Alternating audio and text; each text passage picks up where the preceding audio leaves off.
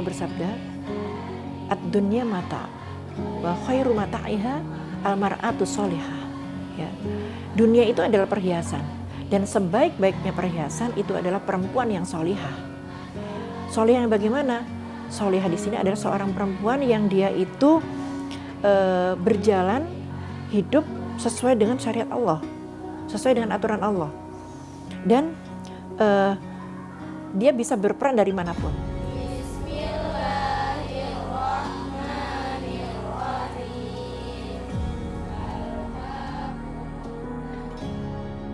Islam memuliakan perempuan bukan sekadar dalam kata, tetapi dalam ajaran, teladan, dan sejarah yang mengangkat martabatnya sebagai manusia utuh. Dari rumah hingga ruang publik, kemuliaan itu menjelma dalam hak, penghormatan, dan kesempatan untuk berdaya. Karena dalam Islam yang paling mulia itu bukan yang paling cantik atau yang paling kaya, tapi inna akramakum indallahi atqakum. Sesungguhnya yang paling mulia di sisi Allah justru adalah orang yang paling bertakwa. Dan orang yang paling bertakwa itu bisa laki-laki dan juga bisa perempuan.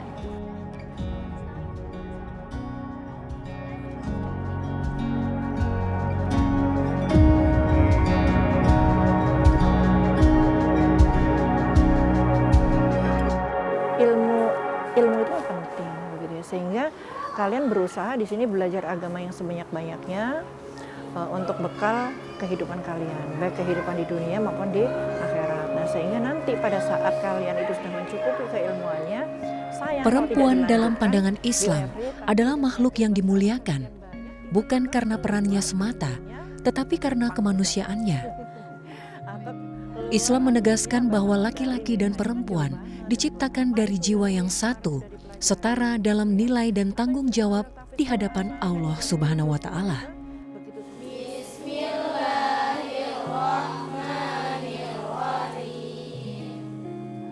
Sejak awal kehadirannya di Jazirah Arab pada abad ke-7, Islam datang membawa perubahan besar terhadap posisi perempuan.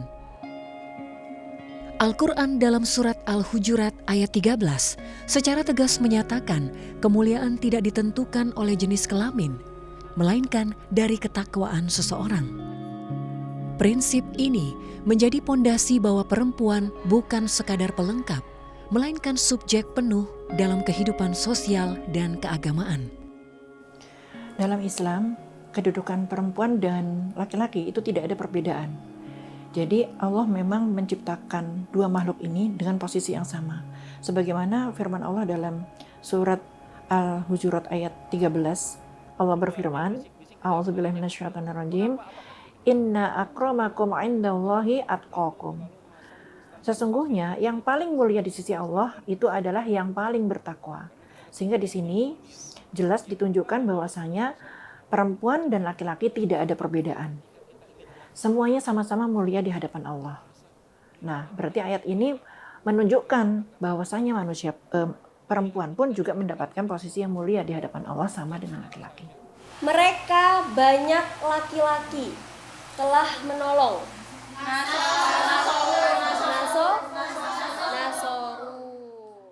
Kalau kita bercermin kepada bagaimana Rasulullah memperlakukan para istrinya ataupun bersikap kepada perempuan-perempuan di luar sana, akan nampak dalam sejarah ataupun di dalam sirah bahwa Rasulullah itu sangat memuliakan kaum perempuan, ya, sangat memuliakan kaum perempuan, sangat menjaga mereka.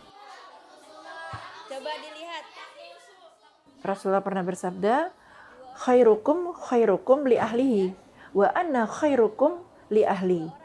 Yang paling baik di antara kalian adalah yang paling baik pada keluarganya, dan aku adalah yang paling baik kepada keluargaku.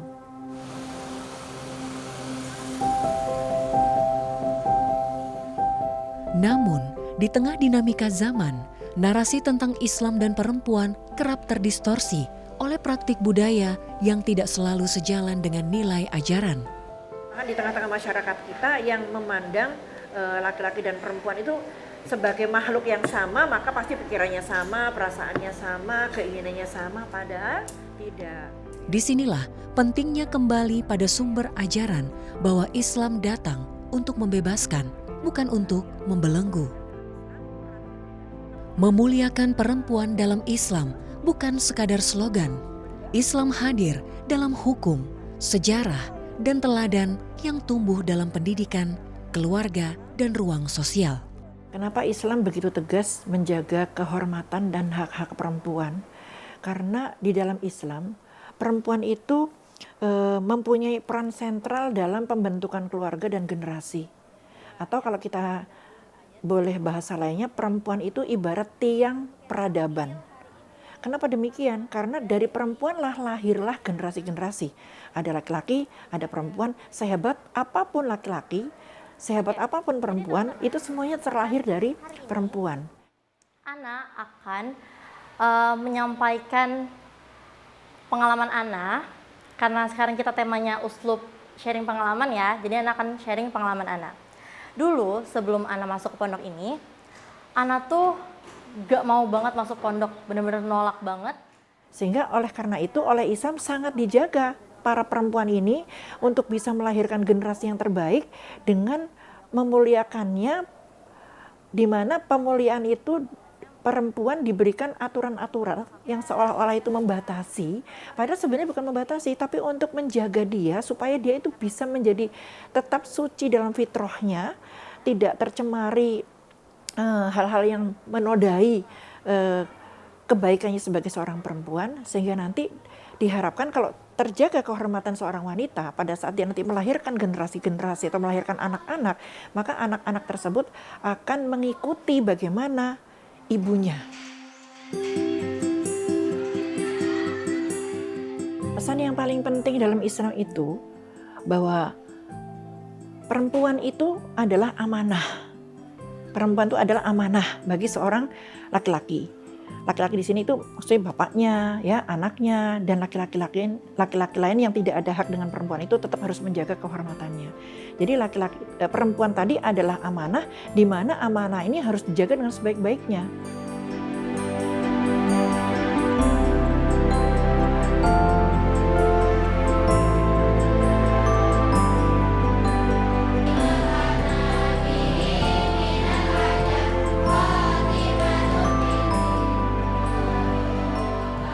Di Indonesia, pesantren menjadi salah satu wadah memuliakan perempuan untuk hidup dalam banyak praktik sosial keagamaan.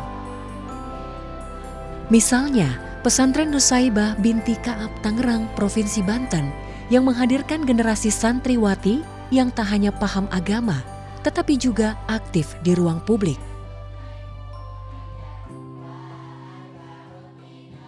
Di pesantren itu, nilai memuliakan perempuan diterjemahkan dalam keberanian untuk bermimpi dan berkarya dengan didorong menjadi agen perubahan, dai, guru, akademisi, hingga wirausahawan yang berakar pada etika Islam.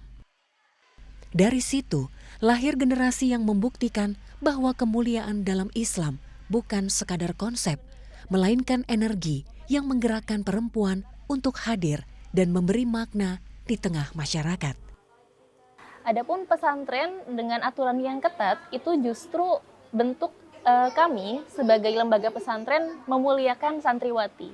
Karena kami merasa perempuan itu istimewa, dia lantas harus dijaga.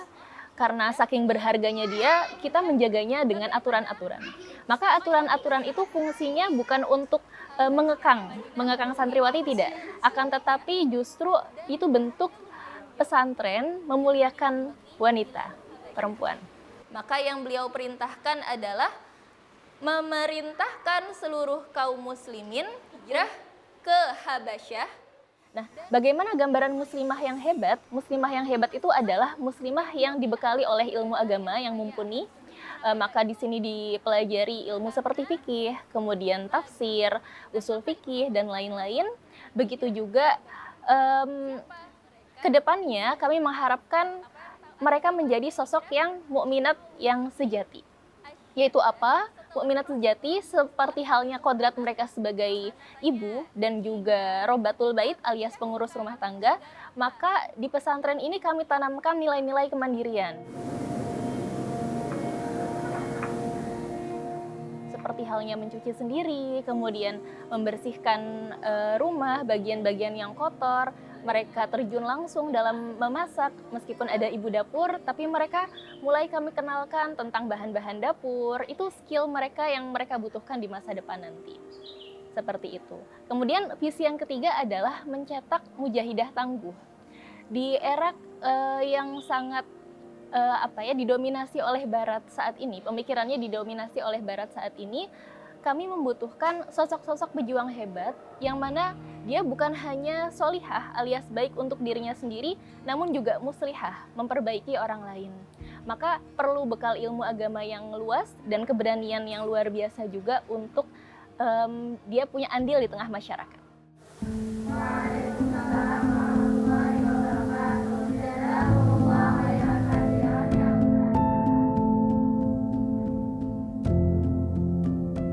Mengapa perempuan itu harus belajar?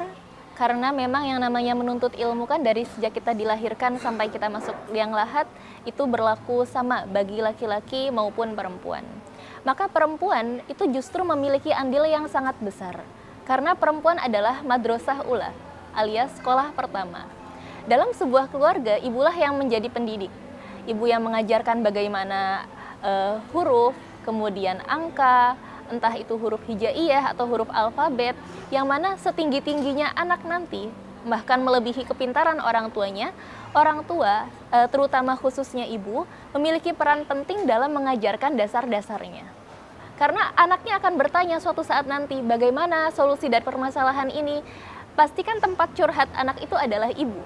Nah, bagaimana kalau ingin membentuk seseorang yang luar biasa, sedangkan ibunya tidak tahu apa-apa? Maka kita sebagai perempuan pun harus bisa menjawab kegelisahan anak, pertanyaan anak, apalagi anak kadang menanyakan hal-hal yang tidak masuk akal, hal-hal yang menurut kita sederhana. Nah, itu perempuan harus punya ilmu agar bisa menjawabnya dengan tepat dan akurat. Keutamaan perempuan sebagaimana dalam hadis yang diriwayatkan oleh Muslim menegaskan nilai dan kemuliaan perempuan dalam membangun kehidupan yang penuh kebaikan. Melalui peran dan akhlaknya, perempuan menjadi penopang harmoni, pendidik generasi, dan sekaligus mitra dalam membangun peradaban. Kalau di dalam Islam itu perempuan boleh mendedikasikan diri untuk mengembangkan ilmunya, mengembangkan bakatnya, tapi bukan dalam tujuan mencari nafkah utama ya, hanya sekedar untuk bisa berkiprah di tengah-tengah masyarakat misalnya. Tapi faktanya kan sekarang banyak malah kaum perempuan yang menjadi tulang punggung keluarga. Nah, ini yang menjadi kendala bagi kaum perempuan untuk bisa benar-benar dia itu punya kontribusi yang besar dalam mendidik anak-anak. Karena kalau kita melihat hari ini, anak-anak di luar sana, baik SMP, SMA, mereka terlibat kekerasan remaja, pergaulan bebas, narkoba, tawuran massal. Itu kenapa? Bisa jadi salah satu faktornya adalah bagi orang tua tidak bisa memberikan perhatian yang full kepada anak-anaknya. Tidak bisa menjaga anak-anaknya secara maksimal.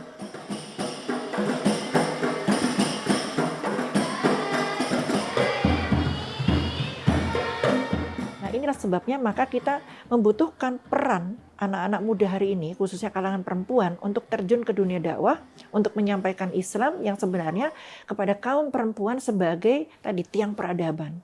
Supaya tidak ada banyak korban perempuan-perempuan hari ini yang mereka menerima, yang mereka hidup dalam kondisi tidak baik karena gangguan-gangguan, gangguan para laki-laki yang tidak bertanggung jawab, yang ingin mengeksploitasi tubuh mereka, atau laki-laki yang hanya biasanya mau menikah saja tetapi tidak mau bertanggung jawab dengan tugasnya sebagai seorang suami, sehingga akhirnya perempuan-perempuan terpaksa mandiri.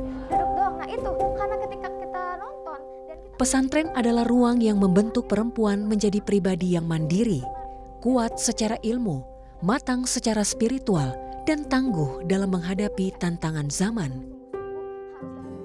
Di lingkungan yang disiplin dan syarat nilai, para santriwati dilatih untuk mengelola waktu, bertanggung jawab atas pilihan, serta mengembangkan keterampilan hidup.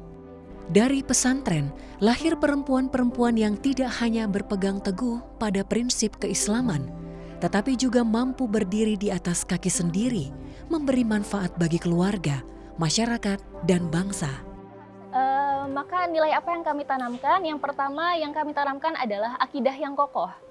Karena akidah itu ibarat akar. Kalau akar itu kuat, maka dia akan menghasilkan pohon tumbuhan yang kuat. Maka meneladani Rasulullah dalam membina para sahabat di masa lalu, mengapa para sahabat begitu kuat dan istiqomah meskipun mereka menghadapi ujian dalam dakwah, kemudian musibah seperti halnya Bilal, kemudian Sumayyah, mereka membela agama, itu karena akidah mereka itu sudah sangat mengakar.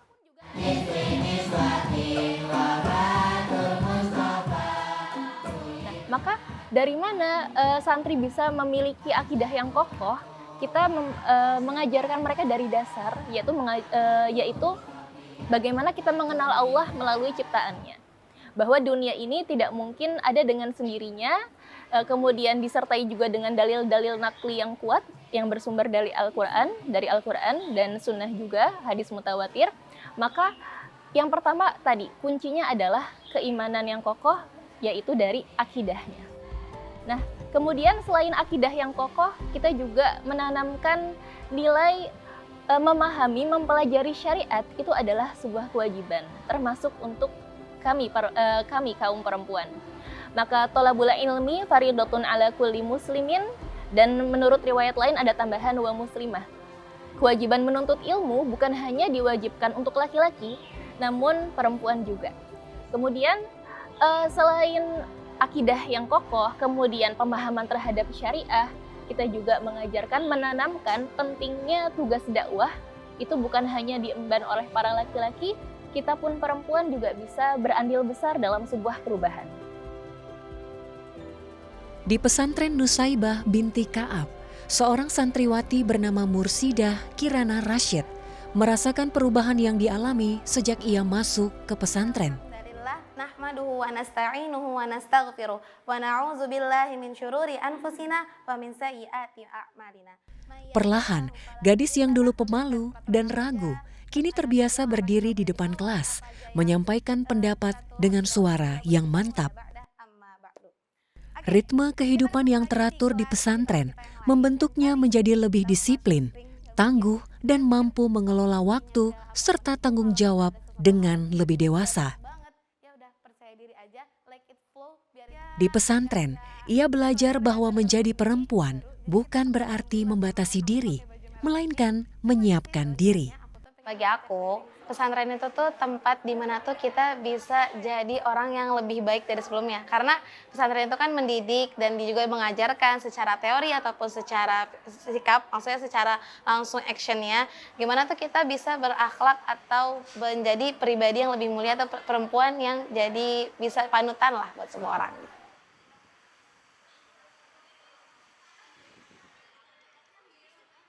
Aku sih ngerasa banget, aku tuh berubah dari segi perasaan dan pemikiran aku. Karena dulu waktu aku sebelum di pesantren, aku kan belajar di sekolah umum kayak biasa kan. Di situ aku nggak dapet gimana caranya bertutur kata yang baik, gimana cara kita sebagai perempuan itu berpakaian yang baik tuh kayak gimana. Terus di pondok itu aku udah diajarin, oh gini loh kalau kamu mau ngomong itu caranya gini, cara berpakaian yang baik itu seperti ini, tutur kata yang harusnya dipakai oleh perempuan itu seperti ini, kayak gitu. Jadi aku ngerasa kayak, oh jadi perempuan itu ada tata caranya ya buat jadi yang lebih baik gitu. Oke, next please. Untuk contoh simpelnya, nah tapi namanya dopamin ini bagus nggak? Bagus. Tapi dopamin itu misalnya sebenarnya aku punya cita-cita buat jadi ahli tafsir ya, ahli tafsir Quran. Karena Al-Quran itu kan bahasa yang dia tuh benar-benar bahasa yang tinggi. Dan supaya apa, biar aku tuh bisa memahami dan tahu peran perempuan ya. Karena kan banyak banget, aku tuh dulu nggak tahu banget peran perempuan tuh apa. Terus perempuan tuh harus kayak gimana, kenapa sih perempuan itu harus punya anak, kenapa perempuan itu kayak gini. Nah aku tuh pengen mendalami Al-Quran biar aku tuh tahu, oh perempuan itu mulia, perempuan itu dia punya martabat yang tinggi, dia nanti bakal ngajarin anak-anaknya gitu. Lama nanti mau kembali lagi, itu nanti kembali lagi. Perubahan itu tidak hanya terlihat dari cara bicaranya, tetapi juga dari cara pandangnya terhadap masa depan. Baginya, pendidikan adalah kunci yang membuka kesempatan, menguatkan martabat, dan memberi ruang bagi perempuan untuk menentukan masa depannya sendiri. Ia percaya perempuan yang terdidik akan menjadi pendidik pertama yang kuat bagi generasi sekaligus penggerak perubahan di tengah masyarakat. Dari lingkungan yang syarat nilai, Kirana menemukan jati dirinya sebagai santriwati yang percaya diri, berilmu, dan siap memberi manfaat bagi masyarakat. Kita nggak akan bisa mencapai mereka, dan kita nggak akan mundur ke fase kita waktu kelas 11 lagi atau ke fase kita kelas 12 lagi, kita nggak akan bisa mundur. Pas aku masuk pesantren, aku tahu di sini ternyata perempuan itu dia itu punya visi misi yang besar untuk anak-anaknya kelak nanti. Maka seharusnya seorang perempuan itu dia punya pendidikan yang tinggi biar anak-anaknya juga ikut terdidik lebih tinggi daripada dia. Terus di pesantren itu juga diajarin bukan cuma masak doang, bukan cuma cara ngejahit doang, bukan cara belajar doang, tapi juga gimana kita menyikapi seorang ibu terhadap anak, terus gimana kita berkomunikasi oleh masyarakat. Ya kita tuh tetap jadi perempuan yang bisa berpendidikan dan bisa berguna juga bagi masyarakat. Makanya kalau di antara kita sering ngerasa kosong, tiba-tiba sedih, tiba-tiba galau, karena apa? Hati kita kosong. Kalau bagi aku, kalau perempuan itu juga dia tuh harus berpendidikan. Kenapa? Karena kalau dia nggak berpendidikan, nanti bagaimana dia menyikapi suaminya atau anaknya kalau anak dan suami itu punya masalah, sedangkan perempuan ini nggak tahu cara menyikapinya. Maka penting bagi perempuan dia punya bekal, entah itu bekal ilmu dunia dengan ilmu akhirat.